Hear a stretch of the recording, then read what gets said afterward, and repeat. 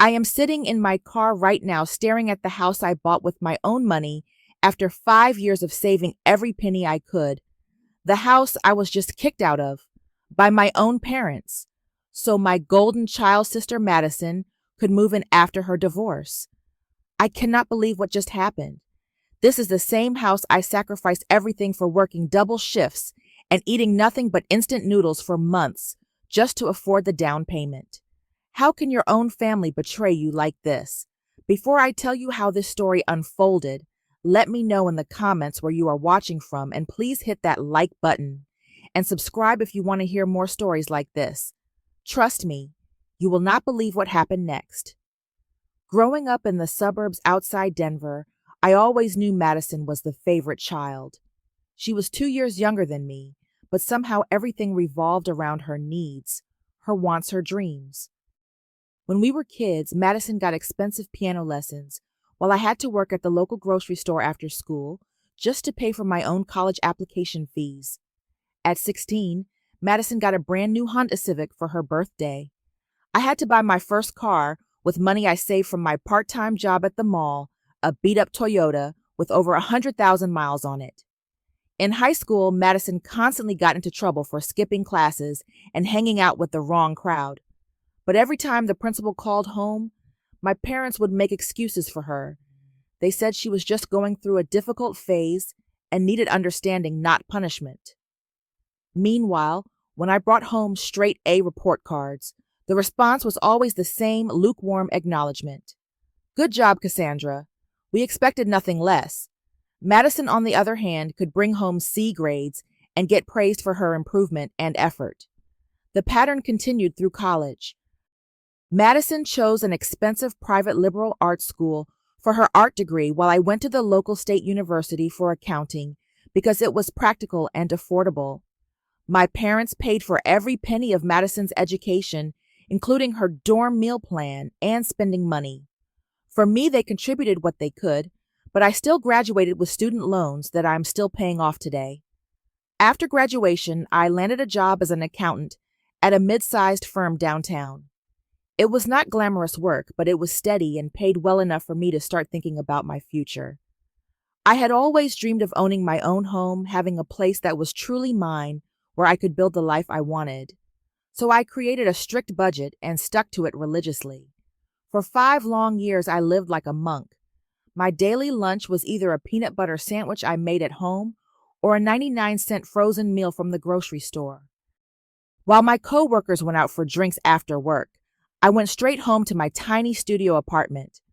While they took weekend trips to the mountains or went shopping at the mall, I worked freelance bookkeeping jobs to earn extra money. Every birthday, every Christmas, every holiday where people expected gifts, I set a strict $20 limit and stuck to it. I tracked every expense in a spreadsheet. Coffee from the coffee shop was a luxury I allowed myself once a month. New clothes came from thrift stores or clearance racks.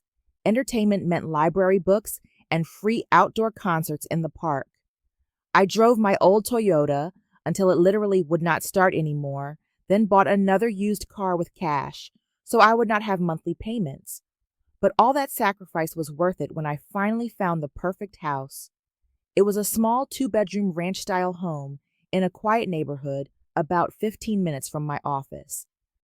The yard was tiny but well maintained, and the house had good bones even though it needed some cosmetic work. The price was right at the top of what I had saved for, but I knew it was the one. The day I signed the papers and got the keys was one of the happiest days of my life. I called my parents immediately to share the news. For the first time in years, they seemed genuinely proud of me. Dad said I was the first person in our family to own property, and Mom talked about how excited she was to see what I would do with the place. It felt like finally I had done something that earned their respect and admiration.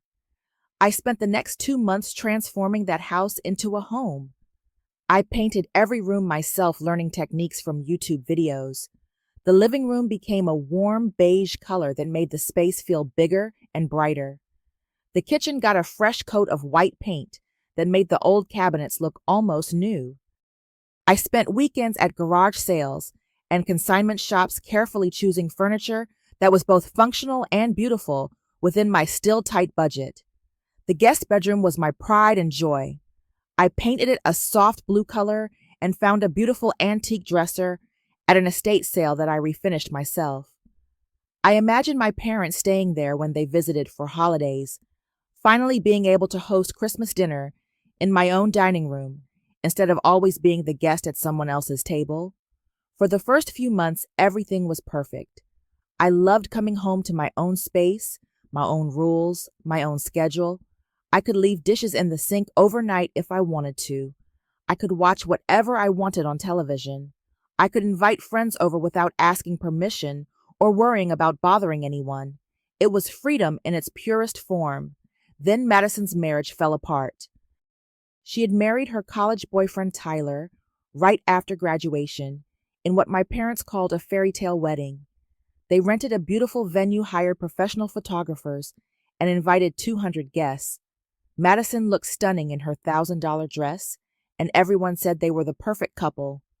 But apparently, perfect couples can fall apart just as easily as anyone else. The divorce was messy and public. Tyler accused Madison of being financially irresponsible and never contributing to their household expenses.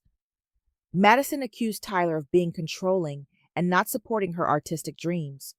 The truth was probably somewhere in the middle, but my parents immediately took Madison's side completely. They said Tyler had never been good enough for their precious daughter anyway. When Madison called crying that she had nowhere to go, my parents immediately thought of me. They called one evening and explained that Madison needed a place to stay temporarily while she figured out her next steps. Just a few weeks, they promised, until she could find her own apartment and get back on her feet. As her big sister did, I not think I should help her during this difficult time. I said yes, of course. Despite our complicated relationship, Madison was still my sister, and she was going through a real crisis.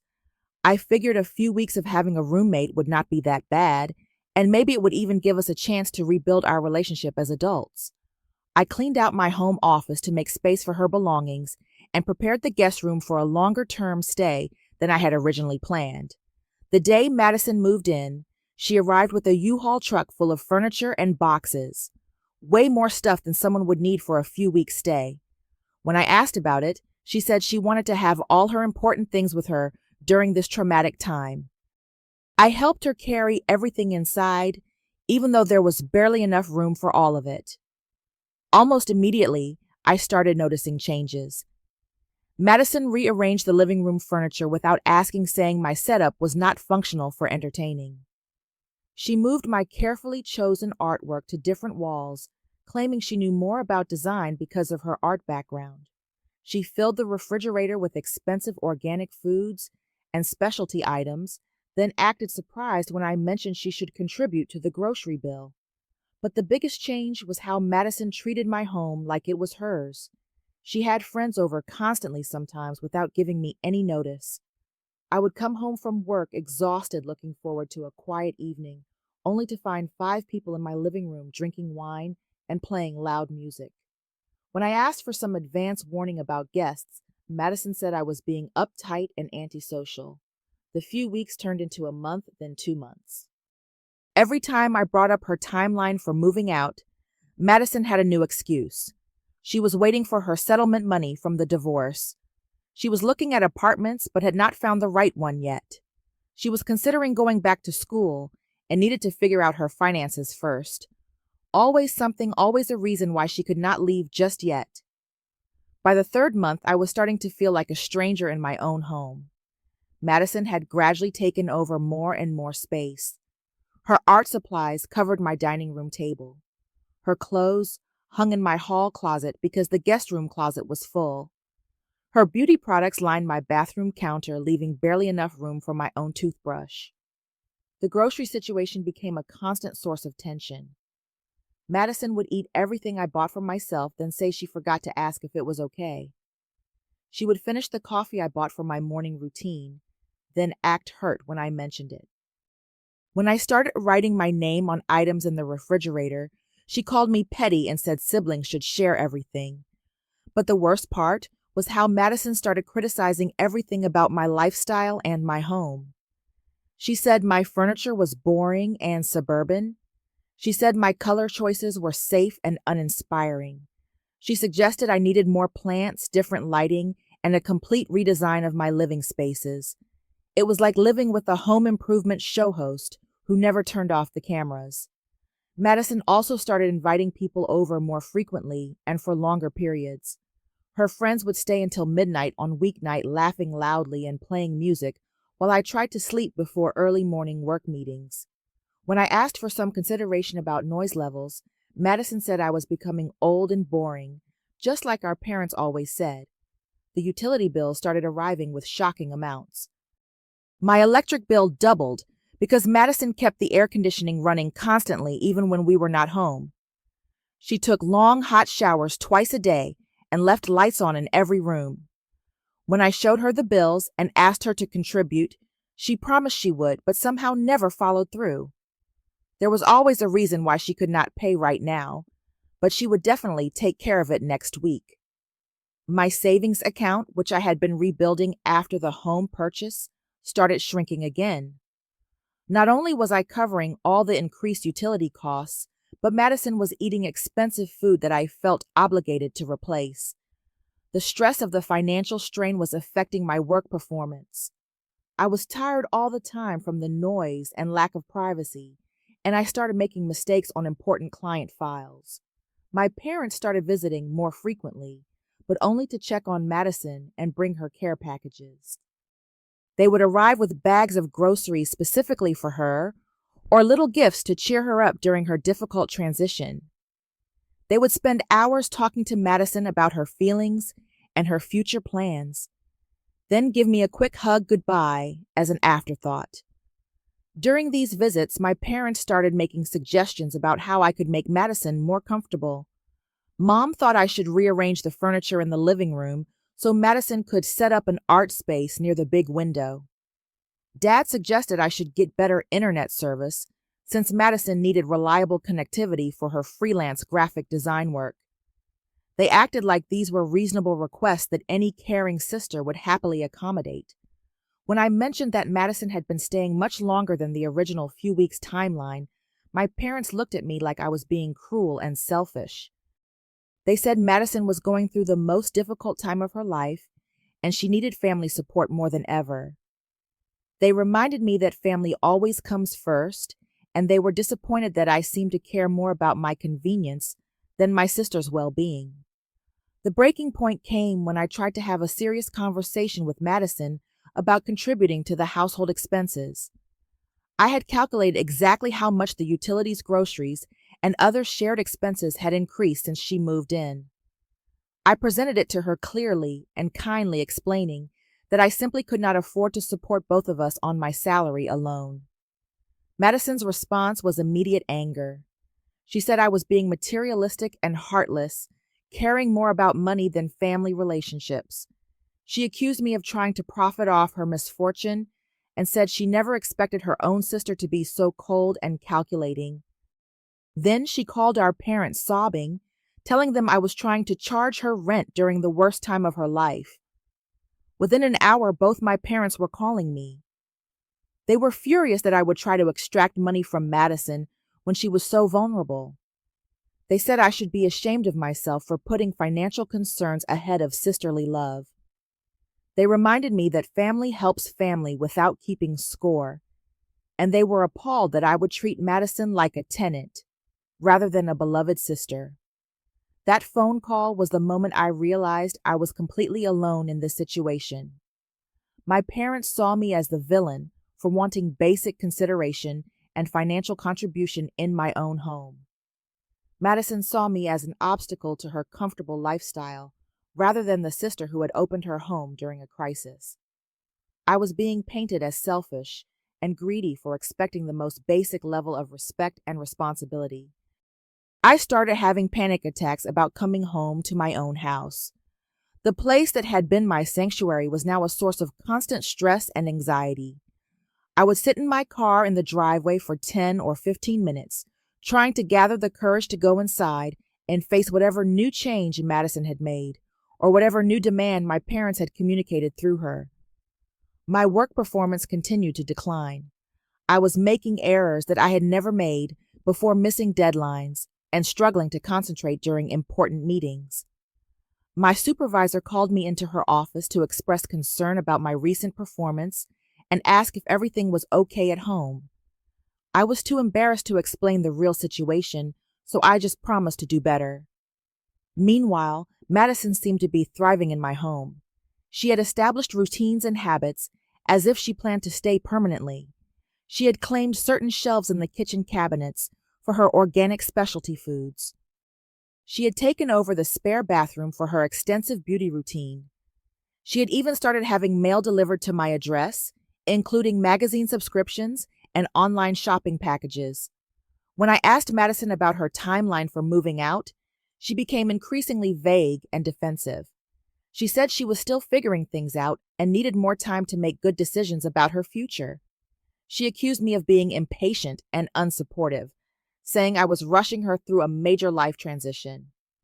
She said if I really cared about her well-being, I would give her the space and time she needed to heal and rebuild. The conversation that changed everything happened on a Sunday evening in late fall. I had spent the weekend deep cleaning my house, trying to reclaim some sense of control and ownership over my space.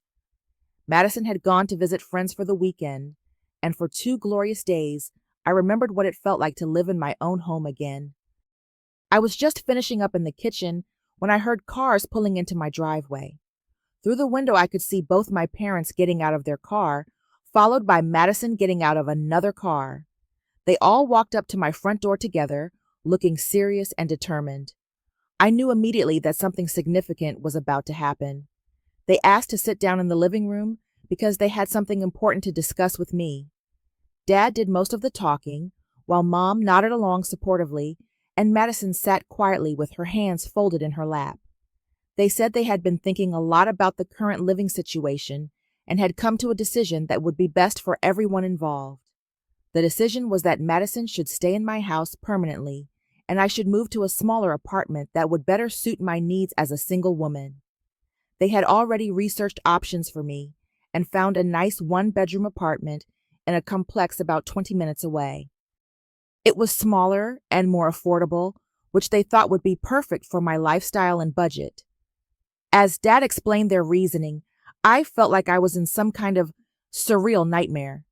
They said Madison needed stability and security during this difficult transition period in her life. They said this house was in a good neighborhood that would help her feel safe and comfortable. They said Madison had already established routines here, and it would be disruptive to make her start over somewhere new. They also said I was young and independent and could adapt more easily to a new living situation. They said a smaller space would be easier for me to maintain and more appropriate for someone without a family. They said this arrangement would allow Madison to have the space she needed to rebuild her life while giving me the opportunity to downsize and simplify my lifestyle. When I found my voice to object, pointing out that this was my house that I had bought with my own money, they said family was more important than property ownership. They said I was being selfish and materialistic to prioritize my individual wants over Madison's needs. They said they were disappointed that I cared more about a building than about my sister's well-being and recovery. Mom added that they had always expected their daughters to support each other through difficult times. She said she was hurt that I seemed more concerned with my own convenience than with helping Madison during the most challenging period of her life. She said this was an opportunity for me to show real sisterly love and sacrifice, and she hoped I would make the right choice. But the moment that broke my heart completely was when Madison finally spoke up. She looked directly at me and said, "I deserve this house more than you do, Cassandra. You just work all the time anyway. You do not even really enjoy it or use it properly. I can turn it into something beautiful and meaningful.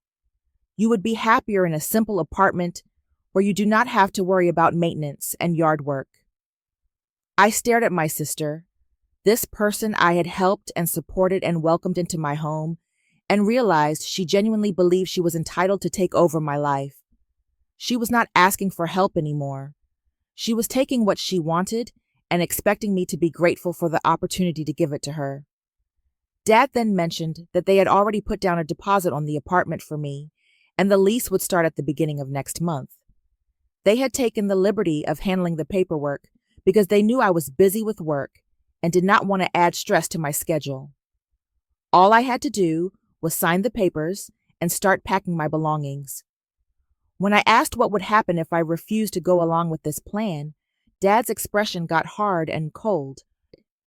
He said if I chose to be stubborn and selfish about the situation, they would have to seriously reconsider their relationship with me. He said they could not support a daughter who would put her own material wants ahead of her family's needs. He said they hoped it would not come to that, but the choice was mine to make. That night, after they all left, I sat in my empty house and cried harder than I had cried since I was a child. I felt completely alone and betrayed by the people who were supposed to love and support me unconditionally. Everything I had worked for, everything I had sacrificed for, was being taken away from me by my own family, and I was being made to feel guilty for not giving it up willingly. But as the tears stopped and the shock began to wear off, anger started to replace the hurt. I was not going to let them steal my home and my future without a fight. I might not have their support, but I had something more powerful on my side. I had the law, and I had the legal documents that proved this house belonged to me and me alone. The next morning, I called in sick to work and made an appointment with the lawyer who had handled my home purchase. I explained the entire situation to him, including my parents' demand that I give up my house and Madison's assumption that she could stay indefinitely. I asked what legal rights I had and what options were available to me. The lawyer was very clear about the situation. Since the house was in my name alone, and I held the deed and mortgage, I had the absolute legal right to decide who could and could not live there. Madison was legally considered a guest in my home, and I could revoke that invitation at any time. If she refused to leave, I could pursue eviction proceedings or even call the police to remove her for trespassing. He recommended that I give Madison written notice to vacate the premises within 30 days, which was more generous than legally required, but would demonstrate that I was being reasonable and fair. If she did not comply, we could proceed with formal eviction procedures.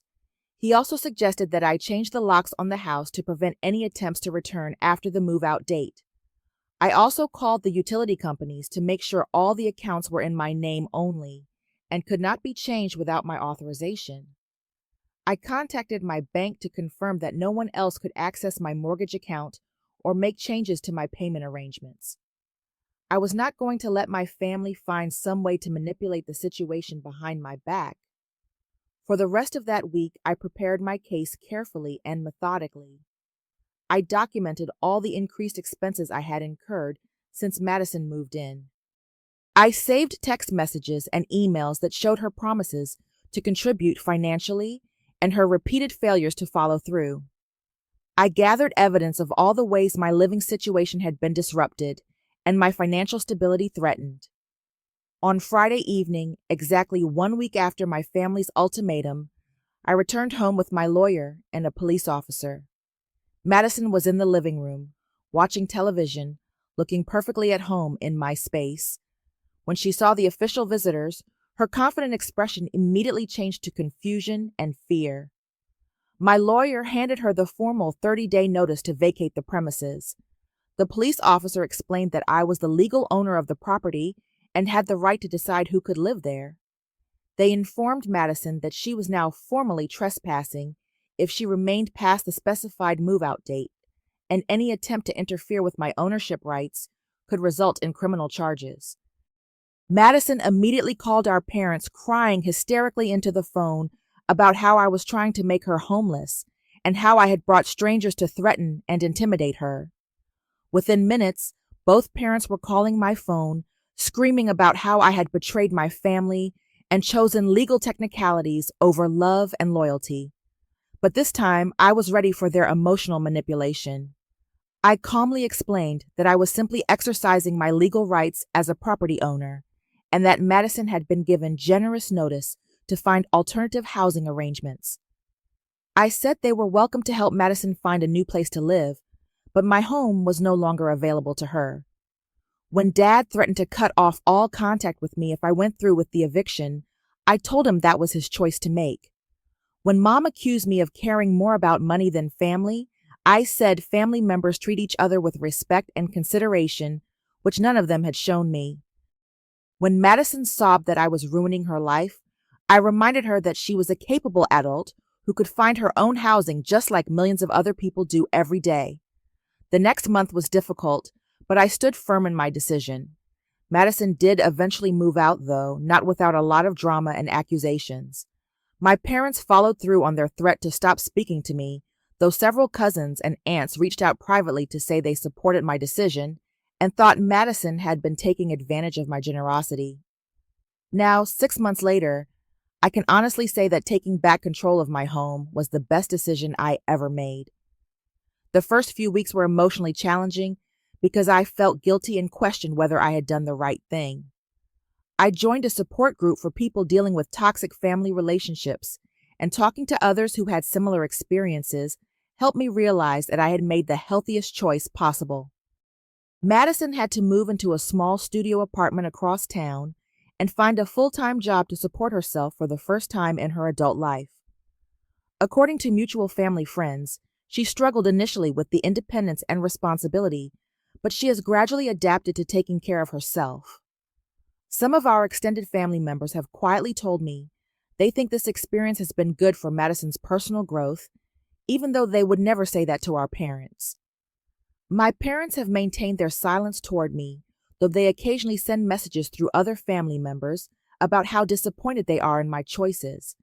They have painted me as the villain in their version of the storytelling relatives that I abandoned my sister during her time of greatest need. But several people have seen through their narrative and reached out to offer their support and understanding. Interestingly, some family members have shared their own stories about my parents' favoritism toward Madison over the years. My cousin Jake told me that he always noticed how differently my parents treated Madison and me during family gatherings. My aunt Sarah mentioned that she had always thought Madison was spoiled and never learned to be independent because my parents solved all her problems for her. I have gradually rebuilt my life in the home I love. I redecorated the guest room and turned it into a proper home office where I can work on freelance projects. I planted a garden in my backyard and learned how to grow vegetables. I joined a hiking club and made new friends who appreciate my independence and strength. For the first time in years, I feel genuinely happy and at peace in my own space. The house feels like mine again in ways it never did when Madison was here. I can come home to silence and solitude when I need it, or I can invite friends over when I want company. I can eat what I want, watch what I want, and live according to my own schedule and preferences. I can afford to save money again because I am not subsidizing someone else's lifestyle. Most importantly, I learned the difference between being generous and being a doormat. True generosity involves freely choosing to help others when you are able to do so. What my family expected from me was not generosity, but surrender of my autonomy and financial security for their convenience. Learning to say no to unreasonable demands was one of the most valuable lessons I have ever learned. I also learned that family relationships should be based on mutual respect and consideration, not blind obligation and emotional manipulation. People who truly love you want to see you succeed and thrive. They do not try to guilt you into sacrificing your well-being for their benefit. They do not punish you for setting reasonable boundaries or expecting fair treatment. The support group taught me that many people struggle with family members who refuse to respect their independence and boundaries. I learned that cutting contact with toxic family members, even temporarily, is sometimes the only way to protect your mental health and personal growth. I learned that you cannot control how others react to your decisions, but you can control whether you allow their reactions to manipulate you into choices that harm you. I still hope that someday my parents and Madison will realize that my decision was not about rejection or cruelty, but about self-respect and healthy boundaries. Maybe when Madison has lived independently for longer and gained more maturity, she will understand why I could not continue to enable her dependence. Maybe my parents will eventually recognize that their favoritism harmed both of their daughters in different ways. But even if that reconciliation never happens, I know I made the right choice. I protected my home, my financial stability, and my emotional well-being. I refuse to be taken advantage of by people who claim to love me while treating me with disrespect and ingratitude. I chose to love myself enough to demand fair treatment even when that choice came with painful consequences. Living alone in my house now, I feel stronger and more confident than I have ever felt before. I wake up every morning grateful for my warm, comfortable home and proud of everything I sacrificed to make it possible. I go to sleep every night knowing that my space is truly my own, and no one can take that security away from me again. Sometimes the people who are supposed to protect and support you are the ones who hurt you the most. Sometimes family members will try to convince you that love means accepting mistreatment and exploitation. Sometimes you have to choose between keeping the peace and keeping your self-respect. When those moments come, I hope you remember that you deserve to be treated with kindness, consideration, and fairness, especially by the people who claim to love you most. What would you have done if you were in my situation? Do you think family should always come first, even when they are not treating you fairly?